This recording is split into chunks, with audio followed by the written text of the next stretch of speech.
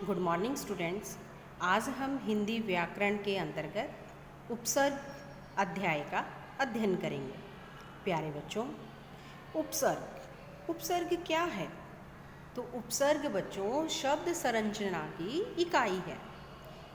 शब्द संरचना की इकाई कैसे है बच्चों? क्योंकि ये किसी भी शब्द के आगे लगकर उन नए शब्दों का निर्माण करते हैं। तो जो उपसर्ग है बच्चों, इसका शाब्दिक विच्छेद क्या है इस शब्द का? वो है उप प्लस सर्ग। अर्थात यहाँ जो सर्ग शब्द है, सर्ग का अर्थ है बच्चों हिस्सा, और सर्ग के आगे भी जो ये उप लगा हुआ है, ये भी अपने आप में एक उपसर्ग का कार्य ही कर रहा है। उपसर्गों की क्या क्या विशेषताएं होती हैं? वो होती हैं, उपसर्ग अर्थ बदलते हैं शब्द का, नया शब्द भी बनाते हैं, उस शब्द के अर्थ में विशेषता भी उत्पन्न करते हैं। ये शब्दांश होते हैं। शब्दांश का क्या मतलब होता है बच्चों? शब्दांश शब्द भी दो शब्दों से मिलकर बना है, शब्द प्लस अंश। अंश का मतलब होता है हिस्सा या भाग, यानी किसी भी शब्द का हिस्सा या भाग क्या होता है? उपसर्ग।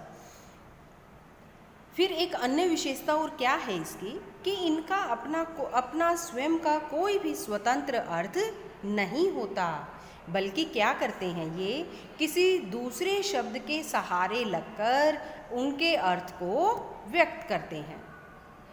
तो ऐसे में बच्चों उपसर्ग की क्या परिभाषा होगी?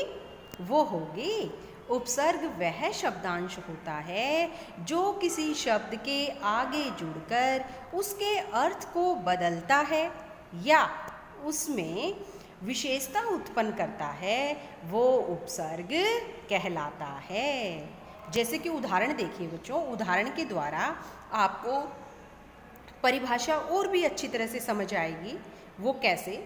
जैसे हम शब्द लेते हैं सुंदर। अब यदि हम सुंदर शब्द में अ उपसर्ग जोड़ें तो शब्द क्या बनता है? असुंदर। और हमने परिभाषा में बताया कि यदि शब्द के आगे उपसर्ग जुड़ जाता है तो अर्थ परिवर्तित हो जाता है। तो यहाँ पर असुंदर, सुंदर शब्द से असुंदर बन गया तो अर्थ भी परिवर्तित हो गया, मतलब जो सुंदर ना हो। तो इसी तरह से यदि हम सुंदर शब्द में अति उपसर्ग जोड़ते हैं तो क्या शब्द बनेगा? तो शब्द बनेगा बच्चों अति सुंदर। अब यहाँ पर क्या है कि शब्द का अर्थ परिवर्तित नहीं हुआ, तो ऐसे में यहाँ पर क्या हुआ है फिर बच्चों? अर्थ परिवर्तन नहीं हुआ तो क्या हुआ? इस शब्द में बच्चों इस उपसर्ग के कारण विशेषता उत्पन्न हुई। वो कैसे? कि देखो, जैसे सुंदर शब्द था, इसमें अति उपसर्ग जोड़ा तो हमारा शब्द बनता है अति सुंदर, यानी बहुत सुंदर। तो इस कारण यहाँ पर शब्द का अर्थ परिवर्तित न होकर क्या हुआ? उसमें एक विशेषता उत्पन्न हुई। और यही हमने परिभाषा में बताया कि उपसर्ग वो शब्दांश होते हैं जो किसी भी शब्द के आगे जुड़कर उसका अर्थ बदल दें या उसमें विशेषता उत्पन्न कर दें, तो वो उपसर्ग कहलाते हैं। तो प्यारे बच्चों, हमने देखा कि ज़रूरी नहीं है, ये हमेशा ज़रूरी नहीं है कि कोई भी उपसर्ग किसी शब्द के आगे जुड़कर उसका अर्थ बदले, बल्कि वो उसमें विशेषता भी उत्पन्न कर सकते हैं। कुछ अन्य उदाहरण देखिए बच्चों, जैसे उपसर्ग के, जैसे प्रहार शब्द है, यदि हम इसमें से उपसर्ग निकालें तो उपसर्ग क्या निकलेगा? प्र, और मूल शब्द क्या बचता है बच्चों? हार। एक बात ये भी ध्यान रखने योग्य है कि यदि हम किसी भी शब्द में से उपसर्ग निकालते हैं तो उसके बाद जो शब्द बचेगा बच्चों, वो क्या होगा? वो अपने आप में एक मीनिंगफुल शब्द होगा, एक अर्थपूर्ण शब्द होगा, अपने आप में उस शब्द का अर्थ होगा। और यदि उस शब्द का अर्थ हमें नहीं मिलता है तो इसका ये मतलब है बच्चों कि हमने उस शब्द में से उपसर्ग को गलत निकाला है। तो ये सीधी सी पहचान है बच्चों कि यदि जिस भी शब्द में से हम उपसर्ग को निकालें तो उपसर्ग निकालने के बाद जो शब्द बचे वो अपने आप में एक मीनिंगफुल शब्द, एक अर्थपूर्ण शब्द बचता है, तो ही हमारा उपसर्ग ठीक है। इसी तरह से देखिए बच्चों, अभिनव शब्द है। अब इसमें से यदि हम उपसर्ग निकालें तो क्या निकलेगा? अभि। और फिर हमारा शब्द क्या बचा? नव। नव का अपने आप में अर्थ है बच्चों। क्या अर्थ होता है नव का? नव का अर्थ होता है नया। इसी तरह से निर्दोष शब्द है बच्चों। निर्दोष में से हम उपसर्ग निकालेंगे निर, तो हमारा मूल शब्द क्या बचता है?